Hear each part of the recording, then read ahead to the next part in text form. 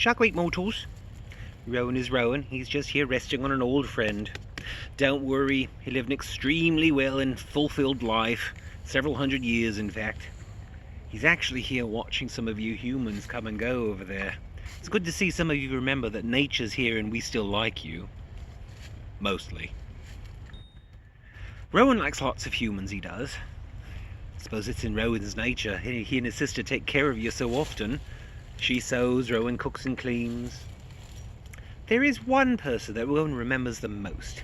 His name was Simon, or as Rowan was introduced to him, Sir Simon.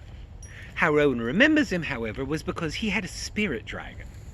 Now, most of you humans probably have never seen a dragon. They've been in hiding for a very long time, and we're very good at hiding them from you. But Rowan speaks to dragons, and he had met this spirit dragon. Doesn't remember his name. Rowan doesn't remember a lot of names. Well, when there's that many mortals around, you kind of forget them. And yes, dragons are in fact mortal. Just because they live so long doesn't mean that they're not going to end eventually. But this spirit dragon reminded Rowan that when he was in Canterbury next, he would be meeting a young child that he had been visiting over and over again. He impressed upon Rowan that he needed to meet this child. Well, for a dragon to take that much interest in a child is something important, so Rowan tried to remember. So that year in Canterbury, he was moving around, like he usually does. Just finished up the human combat, well, nearly human combat chess match.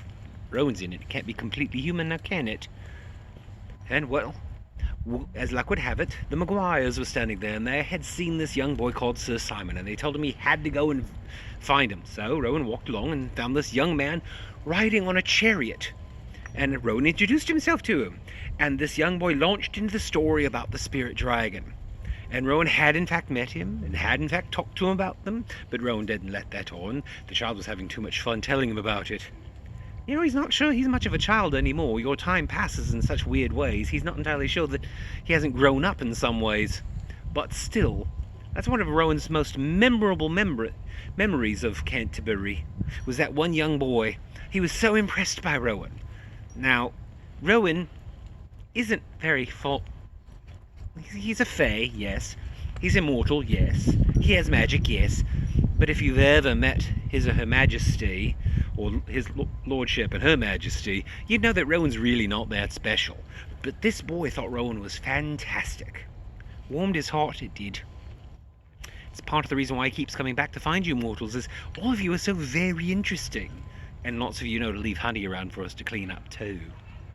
So, if you ever think that you're not special, if you ever think you're not important, just remember that more than likely, more than one of us fairies thinks you're very interesting, and we're keeping an eye on you. Rowan more so than the others. But we're watching. Schlan!